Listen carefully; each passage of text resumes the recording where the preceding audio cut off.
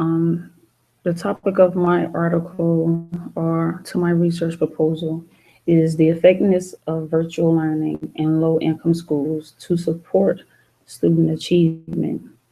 My research proposal is for my applied educational research class at Columbus State University. The course number is EDUF 7116, spring 2016. One of the reasons why I decided on this topic is because I have been in education. This is my 5th year, and all of those years has been in Troup County school system. I'm currently, the physical education teacher at Lone Cane Middle School, so I have seen firsthand working at a low-income school in Title I school district. I've seen firsthand how important technology can be and how much it can help enhance students' success in education.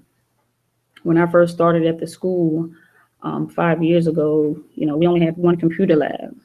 Since then, we now have 3 computer labs on each hall, and we also have notebooks that teachers can get from the library to bring down to their class for instructions. Again, we only have 3 computer labs, so on those days that computer labs are booked, again, the teachers can go to a library and check out some of the notebooks for their class, which again can help enhance students' learning. I have sat in on a couple classes where teachers have used notebooks as part of their lesson for today. And we also have started this new program at our school, this keyboarding program, where students every morning for 30 minutes, every student in the building, they're assigned to different days. Like some students will come Monday and Wednesday, other students will go Tuesday and Thursday, and some students that have scored high on the pre-test of keyboarding, they only have to go on Fridays. But we introduced this new online program to help students with the new assessment, the new Georgia Milestone Assessment. As we all know, that is computer based. Everything is done on the computer. So by helping kids understand the keyboard and helping them develop their typewriting skills at a faster pace, it's only going to help them do better on the test. That way, when they're timed, they don't have to worry about looking down at the keyboard, seeing where the letters are at. They already be proficient in keyboarding. So I thought that was pretty cool that our principal introduced that new program to the kids, and they seem to be enjoying it. And I firmly believe that our scores will be higher than last year, not just based on keyboarding, but overall, I think that it was a new program to help students with the milestone assessment. Research has shown that children of low-income parents display very low and very poor math and reading skills by the time they start grade school. And research has also shown that students that struggle in elementary and middle school have a higher percentage of dropping out by the time they're in high school. These students mostly come from low-income families. Teachers of both the highest and lowest income students are the most likely to say that digital tools are widening the digital divide across the United States. A lot of teachers feel like school systems that have very low access to internet and online learning programs, they seem to have a test score seems to be lower. So again, that was one of the main reasons why I picked this topic, because again, I think that technology can help enhance students' academic ability. I think that online learning programs such as ours for keyboarding, tutoring programs. I really think that it can help student achievement and academic success get higher. The purpose of, again, my research proposal is to test the hypothesis that virtual learning is effective in low-income schools as judged by the students' level of understanding than traditional classroom delivered instructions. Participants will be in literature courses. They will be taking a post-test and a pre-test and also a survey. Students will be divided into two groups. One group will be in a traditional classroom setting. The other group will be in an online virtual learning classroom. In both classes, they will basically receive the same homework, content, instructions. They will receive the same test and the same survey.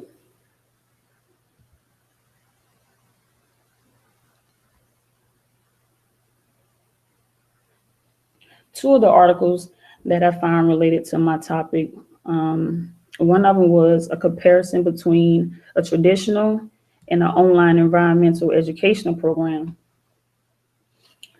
The first article, the researcher compared the knowledge and attitudes of junior high school students before and after their participation in an environmental education program delivered in two ways.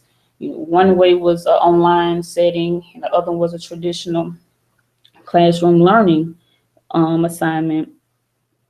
The sample size was 297 students selected from 4 schools throughout Greece, with 8 meetings held over a term of 10 weeks. The researcher used a pre and a post test. The researcher found in this article that the online class was more effective than a traditional classroom instructions based on the 3.43 difference in post-test scores. Again, even in this article, both groups received the same amount of training, homework, information, and content. During the survey, the researcher learned that students actually enjoyed working independently on the online classes because they didn't have to worry about being distracted from their peers. They can pace themselves. They didn't have to worry about any type of distractions in the classroom settings. And again, the researcher found that many kids actually enjoy the online class. The second article that I will be talking about is called Impact on Low Achieving Middle School Students, Mathematics Achievements. In this article, the researcher used a tutoring program, and he basically compared students that were receiving or the students that was going through a tutoring program against students that were not. The researcher used students that did not meet the required state standard assessment, did not meet the requirements the previous year, and students that failed the tutoring programs pre-test. So both students in both groups scored low, had low test scores the previous year, and the researcher wanted to see that if this math tutoring program can basically help these students get where they need to be compared to students that were not involved. School 1 had a results of 0.95 for tutored and only a 0.24 for non-tutored students, and a large gain for tutored students in school 2 was a gain of 1.47. So the researcher found in this article that online learning can help at-risk students achieve higher test scores by being at programs that foster to their learning needs. And again, this goes back to what drew me to this topic, is because, again, I teach at a Title I school, and I firmly believe that with certain programs and online learning, it can help these students who are at risk of falling behind, who are at risk of not meeting state required mandated tests, and students who scored so low, keep them in school. Because again, research has shown if students are struggling through elementary and middle school, they're likely to drop out their 9th and 10th grade year. So by introducing these students to different online programs, they can actually help them get on the track where they need to be and become successful students. The method that I will be using, again, will be post-test, pre-test. I will also be using a survey. I will be conducting my experiment around 60 students, which will be divided in 2 groups. So I will have 30 students in each group, and computers will be available for the groups that receive the virtual delivered instructions. The students in the classroom setting will have the same time or the same learning time or the same time to go over content, homework, instructions as the students who are taking the virtual learning classes. Both groups will have 45 minutes each day. The data will be analyzed using a t-test for independent samples. The 2 groups' post-test scores will be analyzed.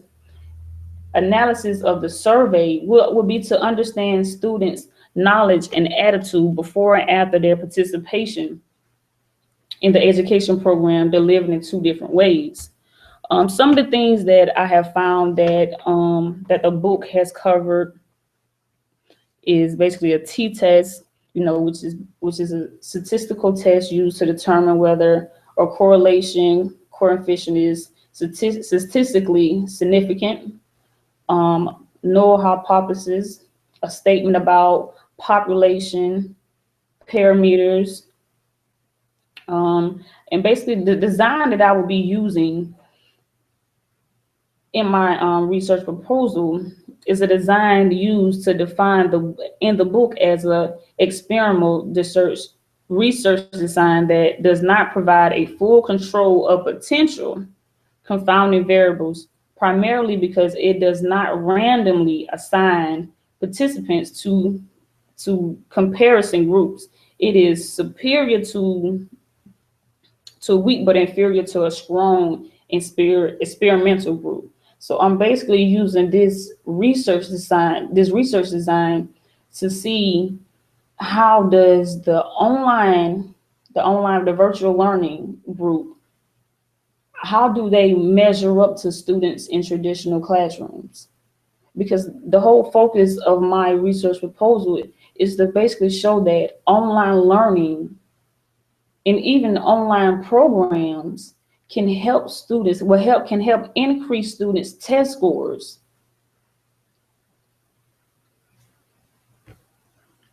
The results that I'm looking for, I'm basically trying to test my hypothesis is to see if it is supported. The group that received the virtual based training was just basically seeing if they would score higher on the post-test than the group that received or delivered in school traditional training. However, the null hypothesis, remember, the book states that a null hypothesis is a statement about a population parameter, cannot be rejected if the group that received the classroom delivered scores are either better than or as well as the treatment group. I hope you enjoyed this PowerPoint, and I even hope that you enjoy and follow my research proposal paper even more. I enjoyed this class. I actually learned a lot from this class as far as educational research, how to look up things, how to write a paper. It was a challenge, but I enjoyed it. I learned a lot. I want to thank you. Again, I really have learned a lot from taking this course.